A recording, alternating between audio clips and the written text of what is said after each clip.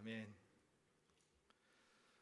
여러분, 20세기에 영향력 있던 학자가 있습니다. 에리 프롬이라는 사람인데요, 그가 저런 책을 썼습니다. 소유냐 존재냐. 이 책에서는 인간의 생존 양식 두 가지를 설명해 주고 있습니다. 자신의 가치를 얼마나 많이 가졌는가, 또는 어떻게 살고 있는가. 이 두 가지 말이죠. 소유하며 사느냐, 아니면 존재의 가치를 두고 살았냐, 그것입니다. 소유의 가치를 두고 살면 내가 가진 것이 곧 나로 여기며 살아갑니다. 그렇기 때문에 그들의 생각에는 불안과 그리고 경쟁과 탐욕이 들고 있습니다.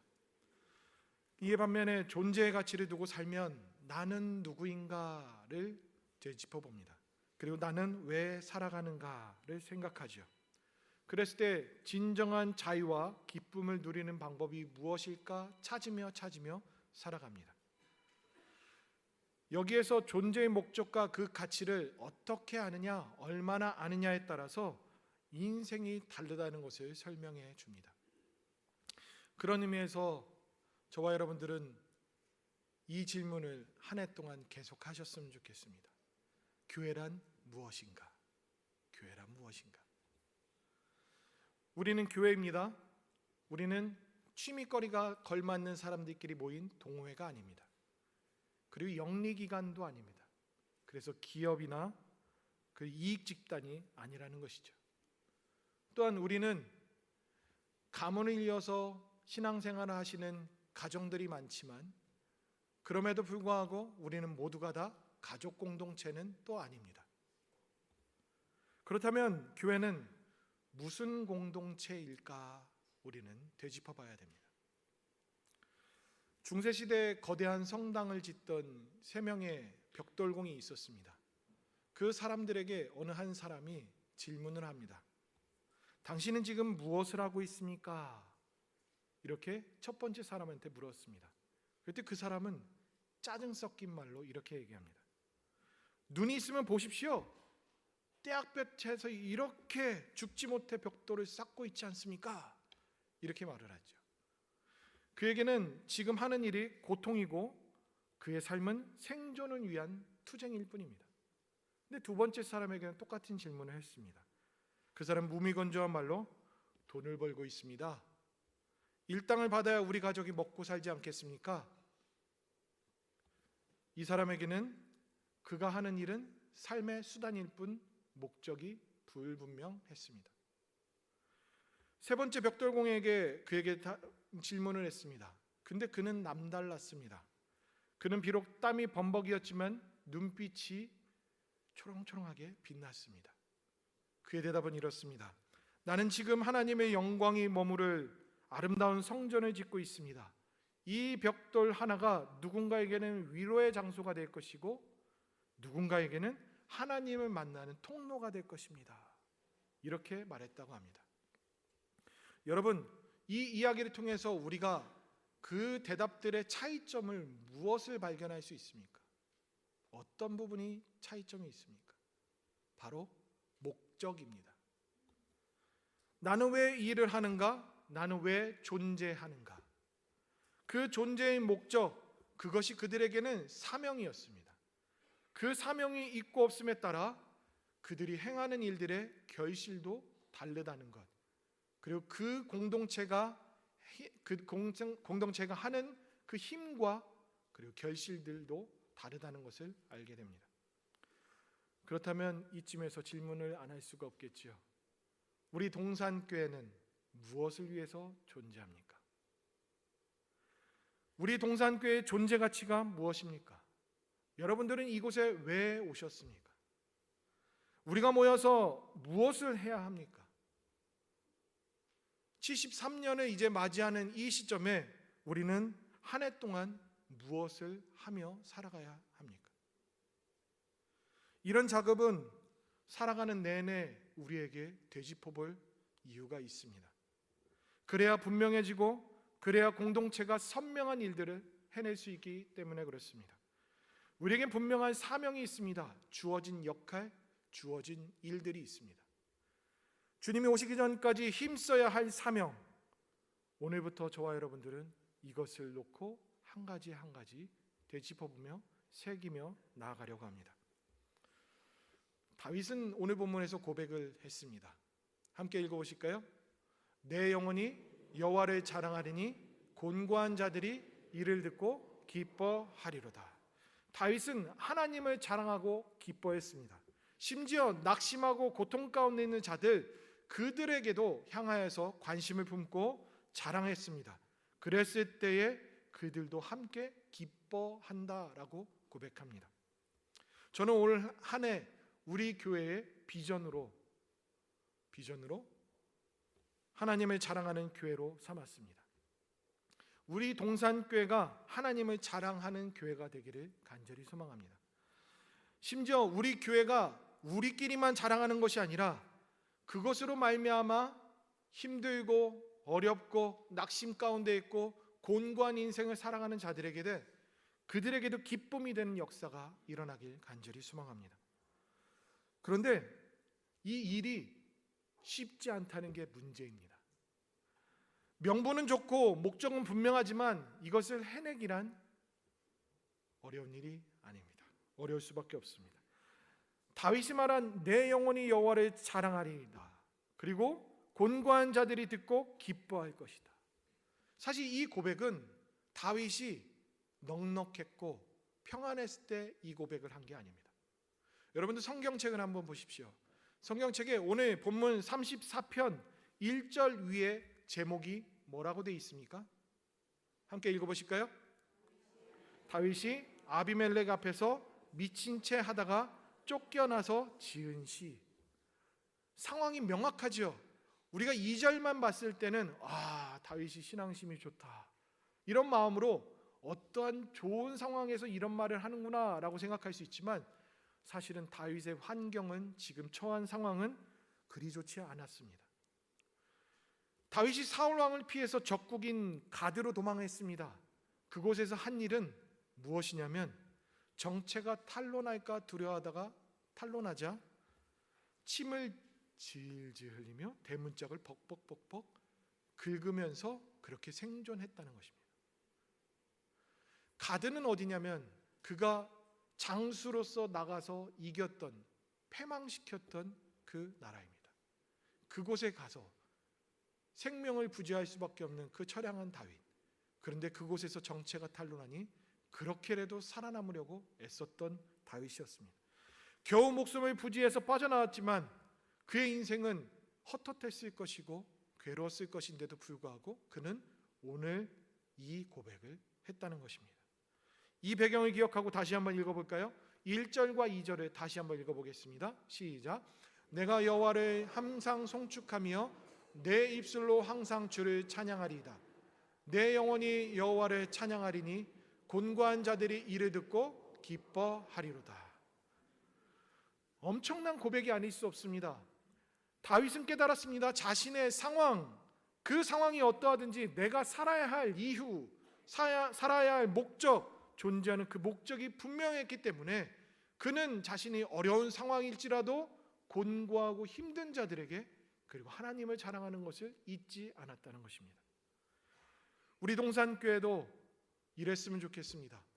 어느 상황이든지 우리 교회가 존재하는 목적이 무엇인지 명확히 알고, 그래서 그 존속하는 그날, 주님 오시는 그날까지 하나님을 마음껏 자랑하고 곤고한 자들을 보살피며 그들과 함께 기뻐하는 삶, 그런 삶이 우리 교회의 꿈이며 실현화될 수 있기를 간절히 소망합니다.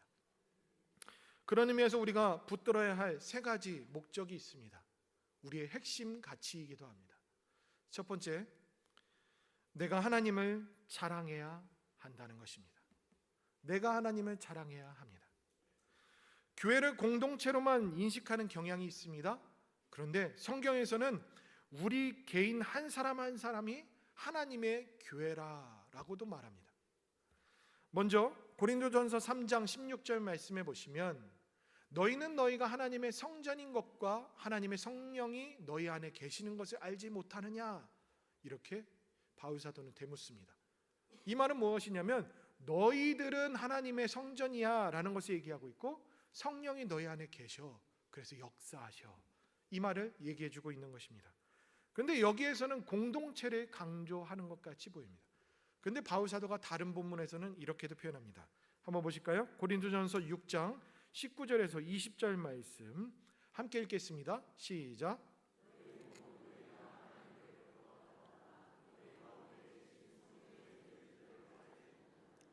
너희는 너희 자신의 것이 아니라 값으로 산 것이 되었으니 그런즉 너희 몸으로 하나님께 영광을 돌리라. 여기서 조금 더 선명해졌습니다. 너희 각 사람의 몸은 성전이다. 주님이 임재하시는 거룩한 장소다라고 말하는 것입니다.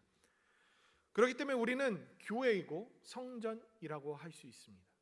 그런 의미에서 우리 몸은 내 것이 아니라 하나님 것이어야만 됩니다. 우리가 교회이기 때문에. 그렇다면 분명히지요, 교회인 나는 내 몸으로 내 인생을 살아가는 게 주 존재 가치가 아니라 하나님을 자랑하며 살아가야 한다는 것입니다. 여러분의 존재의 목적은 무엇입니까? 왜 살아가고 계십니까? 무엇에 힘쓰십니까? 우리는 수많은 목적을 가지고 하루하루를 보내고 있습니다. 더 나은 삶을 추구하기 위해서 수고하고 애쓰며 살아갑니다. 그리고 행복을 추구하기 위해서 다른 사람들을 만나고 사랑을 나누고 살아갑니다. 가정을 위해서, 그리고 사회를 위해서, 이 나라를 위해서 우리는 목적을 두고 살아갑니다. 이런 것들은 우리 각 사람에게서 있어야 될 중요한 그런 목적들입니다. 그런데요, 이것들이 아무리 중요해도 궁극적일 수는 없습니다. 모든 것의 뿌리가 되지는 않습니다. 궁극적인 목적은 하나님이 우리를 지으셨기 때문에 우리는 하나님을 위해서 살아가야 한다는 것, 즉 창조를 하신 그 목적, 거기에 걸맞게 살아가야 한다는 것입니다.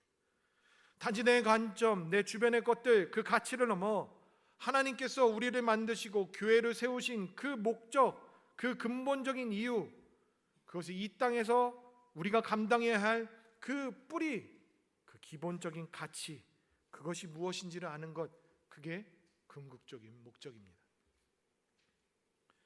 우리는 목적을 위해 우리는 존재해야 합니다. 나가 중요하지만 그 모든 것들, 이 궁극적인 목적 외의 것들은 부차적인 것입니다. 우리는 하나님을 자랑해야 하고 하나님께 영광을 돌려야 하며 우리를 통하여서 이 세상이 하나님의 뜻이 전파되어지는 것, 그게 교회의 존재의 목적입니다. 다윗은 이렇게 고백했습니다. 내 영혼이 여호와를 자랑하리로다. 내 영혼이 여호와를 자랑하리로다. 우리가 공동체로 무엇을 하기 전에 내가 먼저 소명의식을 갖고 내가 무엇을 자랑해야 되는지 알아야 합니다. 그래야 교회로서의 가치를 누릴 수 있고, 그런 자들이 모였을 때 교회는 진정한 공동체가 되어지는 것입니다. 사랑하는 성도 여러분, 올 한 해는 여러분들이 하나님 안에서 건강하시기를 바랍니다. 하나님을 자랑할 수 있을 정도로 강건하시기를 바랍니다. 영적으로 성장하시고 회복하시고 하나님으로 가득 차서 기쁨을 누릴 수 있기를 바랍니다. 남을 위해, 공동체를 위해 힘쓰는 그 삶에서 여러분들을 스스로를 돌보며 먼저 은혜와 사랑을 깊이 누릴 수 있기를 간절히 소망합니다. 신자는 은혜로 봉사하는 것입니다. 체험 없이 헌신만을 하게 되면 탈진하게 됩니다. 여러분, 자신이 먼저 하나님으로 만족했을 때 그 만족함으로 우리는 흘려보낼 수 있는 것이고 자랑할 수 있는 것입니다. 두 번째로 우리가 힘써야 될 가치는 우리가 하나님을 자랑해야 한다는 것입니다. 내가 먼저 하나님을 자랑하기 시작하면 우리가 하나님을 자랑하기 마련입니다. 왜 그럴까요? 교회는 그렇게 탄생되어졌기 때문에 그렇습니다. 십자가에 못 박혀 죽으신 예수님, 그 예수님께서 사흘 만에 부활하셨습니다. 그리고 40일째 되는 날에 승천하셨습니다. 그분께서 승천하시면서 우리에게 하신 말씀이 있습니다. 사도행전 1장 8절 말씀입니다. 함께 읽겠습니다. 오직 성령이 너에게 임하시면 너희가 권능을 받고 예루살렘과 온 유대와 사마리아와 땅끝까지 이르러 내 증인이 되리라 하시니라. 우리 주님은 우리를 보고 자신의 증인이 되라고 얘기하셨습니다. 우리 예수님은 승천하시면서 그것을 우리에게 당부하고 가셨습니다. 이 사건 이후에 어떤 일들이 펼쳐지냐면 이들이 모이기 시작합니다. 베드로, 요한, 야고보 12사도들이 다락방에 모입니다. 그와 함께 예수님의 어머니 마리아도 모이고 그리고 그와 함께하는 여인들도 모였습니다. 그리고 예수님의 동생들도 모였습니다. 제자들도 모였습니다. 그렇게 120여 명이 기도에 힘쓰고 있었습니다. 그랬을 때 한 사람이 일어납니다. 베드로. 그가 하나님을 자랑하기 시작했습니다. 그것으로 성령이 임하여졌고 그것이 출발로 교회가 탄생되어졌으며 오늘날까지 온 세상에 펼쳐지게 되어졌습니다. 그리고 이 대구 땅 저와 여러분들이 이곳에 있는 동산교회까지도 세워지게 되어진 것입니다. 교회는 하나님을 자랑하는 자들의 모임입니다.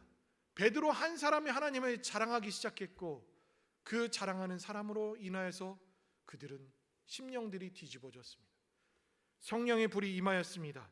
그 충만한 한 사람 때문에 도화선이 되어져서 성령의 불이 확산되어지기 시작했다는 것입니다. 여러분, 교회는 뜨거워야 합니다. 교회는 꺼지지 않는 불이 되어야 합니다. 기도의 불로 활활 타올라야 되고 예배의 불, 경건의 불, 성령의 불이 이 모든 불들이 교회 안에 가득 차야 합니다. 왜요? 교회는 그랬기 때문에, 처음부터 그래왔기 때문에. 여러분, 작년 표어가 뭔지 아세요? 너무 빨리 띄워줬어요. 살짝 짓궂게 질문을 하고서 뜸들이려고 했는데 작년 표어 함께 읽어보실까요? 시작. 이 표어를 놓고 우리가 한 해 동안 열심을 내며 기도했습니다. 그렇다면 26년 한 해에 저 기도의 응답이 있겠습니까? 우리 교회가 부흥하겠습니까? 일부는 한 분도 아멘이라고 얘기 안 하시는데 그래도 이분은 조금이라도 해주셔서 감사해요. 믿음이 이렇게 없으십니까? 여러분들 보고 부흥시키라고 했습니까? 그게 아니라 하나님께 기도했으니 하나님께서 응답을 주시는 거로 우리 교회에 그 일들이 일어나겠냐는 것입니다. 저를 믿지 마시고 하나님을 믿으시면 그게 우리에게는 아멘이라고 답할 수밖에 없습니다. 26년의 성령의 능력으로 불같이 부흥하는 우리 교회가 될 수 있기를 간절히 소망합니다. 그런데요, 부흥하는 교회 했을 때 여러분들 막 머리가 혼란스러웠죠. 왜일까요? 부흥이란 무엇인지 오해를 하거나 다른 생각을 해서 그럴 수도 있습니다. 부흥하면 우리는 수적으로 늘어나는 것을 얘기합니다. 우리의 감정이 고조가 되어서 막 이렇게 어떻게 분위기가 상승되는 것을 부흥이라고 생각합니다. 그런데 진정한 부흥은 다르다고 이야기를 합니다. 마틴 로이드 존스 목사님이 이렇게 말했습니다. 부흥이란 영광 가운데 계신 하나님을 보는 것이며 하나님에게로 돌아가는 것이고 하나님께 기도하는 것이다. 여기에 외형적인 사건이 보입니까? 아닙니다. 진정한 부흥은 우리 내면에서 시작해서 우리가 알게 모르게 그 상황 가운데 흘러가는 것, 그게 부흥입니다. 우리 동산교회가 부흥하기를 원하십니까? 그렇다면 하나님을 열망하시기 바랍니다. 하나님을 위해 살아가십시오. 진정한 부흥은 성도 한 사람 한 사람들이 우리 교회의 존재의 목적을 분명히 했을 때부터 시작되어집니다. 그러면 하나님을 자랑하기 시작합니다. 그랬을 때에 부흥의 파편들로 사람 수가 많아지고 우리 분위기가 바뀌어지고 하는 것입니다. 그러기에 앞서 하나님을 열망하는 것, 그를 통해서 하나님을 자랑하는 것, 그게 먼저입니다. 그것이 진정한 부흥입니다. 여러분, 교회의 존재 목적은 무엇일까요? 전파하는 것이죠. 선포하는 것이고 선교하는 것입니다. 그러기 위해서 모이는 것이고 예배하고 봉사하고 친교하고 그리고 교육하고 양육하는 겁니다. 왜요? 하나님을 잘 자랑하기 위해서. 교회는 나를 위해서 존재하는 것이 아닙니다. 하나님을 위해서 존재하는 것이 바로 교회입니다. 그런데 오해를 합니다. 교회는 나에게 서비스해 주는 것으로 생각합니다. 교회는 우리에게 서비스하는 것이 아니고 우리가 교회로서 우리가 하나님을 서비스하는 것이 교회입니다. 그래서 예배, 영어식 표현으로 서비스입니다. 우리가 이 예배 드리는 이유가 무엇입니까? 하나님을 서비스하는 겁니다. 교회는 내가 서비스 받는 곳이 아니라 하나님을 위해 내가 서비스하는 곳이어야만 됩니다. 그런 의미에서 우리 동산교회 잘 하고 있습니까? 그 목적을 잘 알고 집중하고 있습니까? 주님은 명령하십니다. 내 증인이 되라. 그러면서 또 명령하셨습니다. 마태복음 28장 19절과 20절 말씀입니다. 여기에 보시면 너희는 가서 모든 민족을 제자로 삼아 세례를 베풀고 분부한 모든 것을 지키게 하라라고 말씀하십니다. 내가 오는 그날까지 내가 너희와 함께하지만 너희들 나올 때까지 이거 해라 라고 하신 것이 교회입니다. 저와 여러분들의 사명입니다. 하나님을 자랑하는 교회는 주어진 사명을 내 목숨 다할 때까지, 이 교회가 존속하는 그날까지, 그리고 주님 오신 그날까지 힘써야 합니다. 어르신들에게 죄송합니다. 사명자에게는 은퇴가 없습니다. 직분의 은퇴는 있지만 우리 각 사람은 주님께로부터 받은 사명은 할 수 있는 범위 내에서 어떻게 해서든 하는 것입니다. 그랬을 때 우리는 다 사명자입니다. 직분 은퇴했다고 아무것도 안 하는 것은 하나님 봤을 때 좋은 모습이 아닙니다. 우리는 죽는 그날까지 우리는 해야 합니다. 몸으로 할 수 있을 때 몸으로 하고, 기도만 할 수 있을 때 기도만으로 하고, 그렇게 우리가 서로 그렇게 하나님을 위해서 살아가는 공동체인다면 우리 교회는 하나님을 자랑할 수 있습니다. 사랑하는 성도 여러분, 우리 동산교회 모든 성도님들은 사명 다하는 날까지 하나님 자랑하는 데 힘쓸 수 있기를 바랍니다. 마지막으로 교회는 밖으로 자랑해야 합니다. 다윗은 어려운 처지에 놀라운 고백을 합니다. 그 고백이 우리가 함께 읽었던 2절 말씀, 내 영혼이 여호와를 자랑하리니 곤고한 자들이 이를 듣고 기뻐하리로다. 참으로 놀랍지 않습니까? 자신이 바로 곤고한 자였고 도움이 필요한 자였음에도 불구하고 그는 어렵고 힘든 자들에게 눈길을 향하였습니다. 그리고 그들을 생각하며 그들을 헤아리며 그들이 나의 자랑을 통하여서 기쁨을 누리기를 바라며 고백했습니다. 이것입니다. 이것을 통해서 저와 여러분들이 이 한 가지를 깨달았으면 좋겠습니다. 하나님을 자랑하니, 하나님으로 만족하니 나 자신을 넘어 우리를 넘어 교회 밖으로 향해지게 되는구나. 그것을 깨달으실 수 있기를 바랍니다. 사랑하는 성도 여러분, 교회는 이래야 하지 않을까요? 하나님으로 가득 차서 은혜가 흘러넘쳐 물이 바다 덮음같이 새 방방 곳곳에 하나님의 그 말씀이 풍성해지는 것, 여호와의 영광이 가득 차는 것, 에스겔은 그것을 꿈꾸며 선포했습니다. 성전에서부터 물이 시작하여져서 물이 차가올라 발목을 덮고 무릎을 덮고 허리춤에 올라가고 온 세상을 덮는 그것, 바로 하나님의 뜻과 하나님의 영광이 그렇게 펼쳐나가기를 그는 꿈꾸며 기록을 남겼습니다. 교회는 그래야 됩니다. 우리 각 사람들이 우리를 통하여서 충만해지고 흘러넘쳐서 우리가 되어지고 우리에게 흘러넘쳐서 밖으로 그것이 영향을 끼칠 수 있어야 됩니다. 흘려 보내야만 됩니다. 그것이 충만한 교회입니다. 1950년도에 한 기업이 시작을 했습니다. 조그마한 오토바이 제조사였는데 그 기업의 이름은 혼다입니다. 그 혼다는 처음에 출발할 때에 그 당시의 시장은, 세계 시장은 미국과 독일이 장악하고 있었습니다. 그래서 일본은 삐집고 들어갈 틈도 없을 만큼 연약한 회사였습니다. 그런데 창업주 혼다 소이치로가 직원들에게 선포합니다.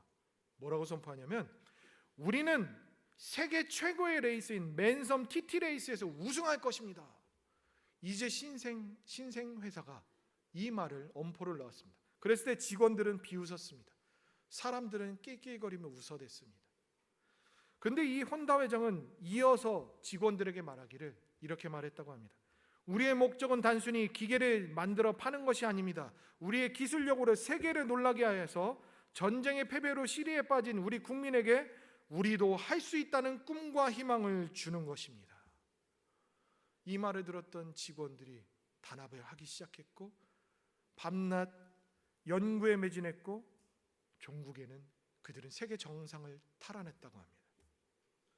그들의 승리는 단순히 기업의 성공이 아니라 곤고했던 일본 국민들을 향한 그들을 향해 기쁨과 자부심을 준 사건이었습니다.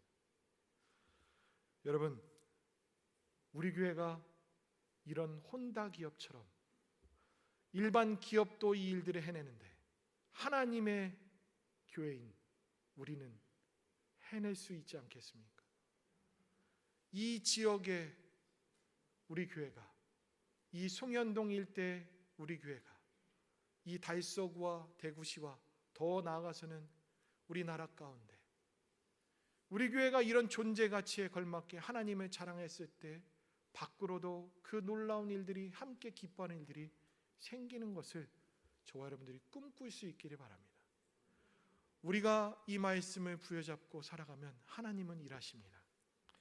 우리들이 왜 이 일을 해야 할까요? 우리는 주님을 알고 기쁨을 누리며 살아갑니다. 그런데 주님을 알지 못한 힘들고 어렵고 괴로운 사람들, 오늘 하루하루 먹고 살기 힘든 자들, 그런 자들에게는 교회가 희망이 되어야 합니다. 하나님만이 하실 수 있는 그 일들을 우리는 자랑해야 합니다. 그 일들을 위해서 힘쓰는 저와 여러분들 될 수 있기를 바랍니다. 우리가 모이기만 힘쓰고 우리끼리만 잘 지내는 것이 아니라 밖으로도 그 놀라운 영향력을 펼칠 수 있는 동산교회, 상상만 해도 가슴 떨리지 않습니까? 그 일들을 우리는 시작할 것입니다. 우리 동산교회는 소망 없이 살아가는 자들에게, 곤고한 인생을 살아가는 자들에게 곤고함이 기쁨으로 바뀌어지는 희망 발전소가 될 수 있기를 바랍니다. 말씀의 결론을 맺겠습니다. 여러분, 26년 한 해 동안에는 하나님을 자랑하는 교회가 될 것입니다. 그리고 내일부터는 일상 속에서 하나님을 자랑하는 성도라면 어떻게 살 것인지 기도하며 나아갈 것입니다.